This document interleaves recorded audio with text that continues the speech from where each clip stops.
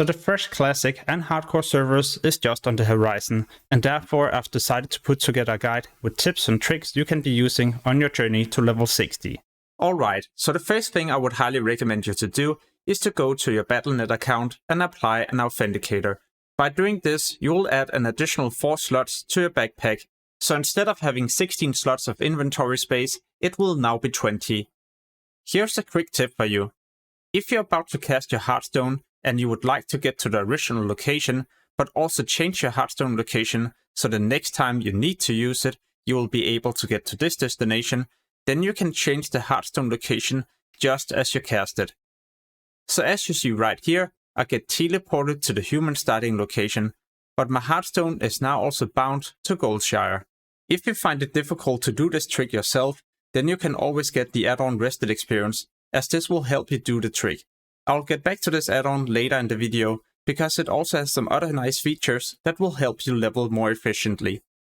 Whenever I have to do a difficult quest, then I also try to look out for different guards, either at the road or near a city. These guards can help you kill the target and you still get the credit, as long as you do more than 50% of the target's total health. There's usually quite a few guards when you leave the starting area, so at around level 5 to 10 there will be a lot of these that you can take advantage of to level more efficiently. An important thing to remember when you level up your character is that you don't need to train every single spell. Some of these will not benefit your leveling, and you can easily save a lot of gold for your level 40 mount if you just make sure not to train every single spell. And also make sure to plan out your leveling tree, so you don't have to spend gold respeccing all the time. Else this also ends up being quite expensive. The first time 1 gold, 5 gold, 10 gold, and all the way up to 50 gold. And this is the exact same with professions. If you follow a profession leveling guide, then it will also tell you what to craft and learn. So don't spend any gold training different things you don't really benefit from when you level up your profession. On a fresh launch, it's also amazing to pick up skinning. People are constantly killing different beasts and not skinning these. Therefore, you can just run around, skin them, and render all the leather that you find for an easy profit. And if you don't really want to spend time and gold on leveling up a profession, then you could always just pick up Enchanting. This will allow you to disenchant the items that you find, so sometimes you might be able to make a profit by disenchanting the item and posting the mats on the auction house. If you don't feel comfortable with your leveling route, and you don't know at what level you should go to a new zone and in what order you should do a quest, then I would highly recommend you to check out the leveling add-on Rested Experience. The only downside is that you will have to pay for the add-on if you would like to get the full version from level 1 to 60. But there is a free version you can try from level 1 to 20 to see if you like the add-on or not. But then again, all the hours that has been put into making this guide amazing and flawless is also why I like it, and definitely why I would also recommend you to check it out yourself. If you plan to purchase the add-on yourself, make sure to also type in Guide MMO in the discount or promotion section. That way you get a 5% discount. You should also make sure you purchase bags as fast as possible. Yeah, I know these will cost a couple of silver, but all the items you will be able to carry after this will also allow you to get way more silver in return, in fact a lot more gold. If you don't have enough inventory space, then you will also need to destroy items so you can carry quest items, and then you're going to lose a lot of gold. Getting a wand as fast as possible will be important for your leveling speed. Therefore, I would highly recommend you to go enchanting so you can craft a lesser or greater magic wand, or maybe even purchase one on the auction house. If this is not a possibility, then you could always go to some of the main cities and purchase a white wand. In some cases, it can be difficult to kill one specific target if there's a lot of other nearby creatures, but there's an easy way to fix this. If you start with an AoE ability, then these creatures will not be linked together. This allows you to cast a fire blast and kite away, and at some point all the other enemies will start to evade. This trick can be so useful when you need to kill one specific enemy, but remember, it only works when you do an AoE ability.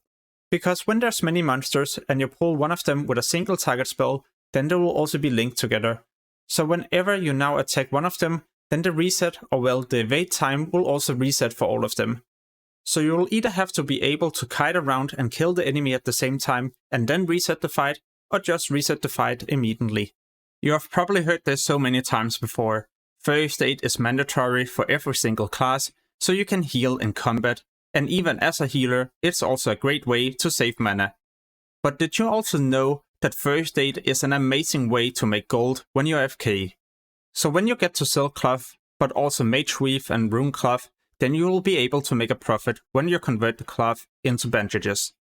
So instead of selling all the Mage Weave to the vendor for 5 gold, then I could convert it into bandages and sell it for 8 gold to the vendor. The Chronoboom Displacer is making it into these fresh classic servers. You can use this item to store many different world buffs and activate it whenever you would like to. Of course, during the launch week, there won't really be any world buffs available, also because the raids are locked. But later on, it's gonna be useful if you're, for example, leveling up an alt, or you would just like to store your world buffs for the next time you have to raid. There's 2 graphic settings I always reduce: Ground Clouder and Environment Details. By reducing these all the way down to 1, there's many objects that will be hidden, but not important in-game objects such as the chest. So when you're running around, it's going to be a lot easier for you to see these and hopefully also get yourself a new green or blue item. Just to give you an example, if I increase it back to 10, well then it's going to be so much more difficult for me to track the chest, simply because my view is being blocked by the tent. If you're struggling to find yourself items on the auction house, then you could get yourself the Addon CBT Statics Winter Treasures. On your map, there will now be displayed different icons indicating where there's a nearby vendor. And here you can then check what items you can be purchasing.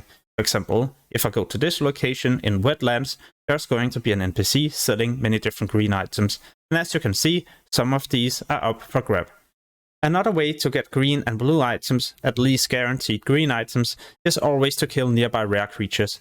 Sometimes they can be a bit difficult to kill, but then again, when you're always getting a green item, you might also get something you can use to increase your own leveling speed. There's also some items you should always pay attention to and try to post on the auction house.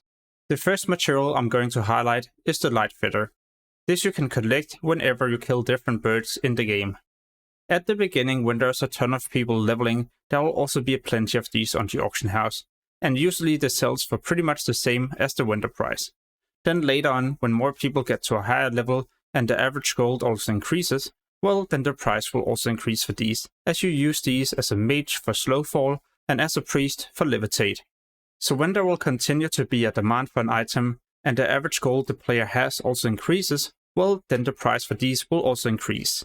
The Large Fang is a material you need for the Great Rage Potion. A potion that will not only be useful when you level up, but also at max level. Getting this amount of rage is huge, especially if you can't afford to purchase the better version. Therefore, investing into this material might be a good decision, especially if you can get them for less than 1 silver each. So remember, as an alchemist, you can create these, level up your profession, and probably make a profit, or at least break even. So I hope you enjoyed these tips and tricks.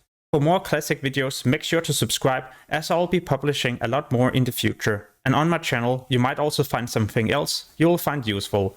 As always, thank you so much for watching and have an amazing day. Peace.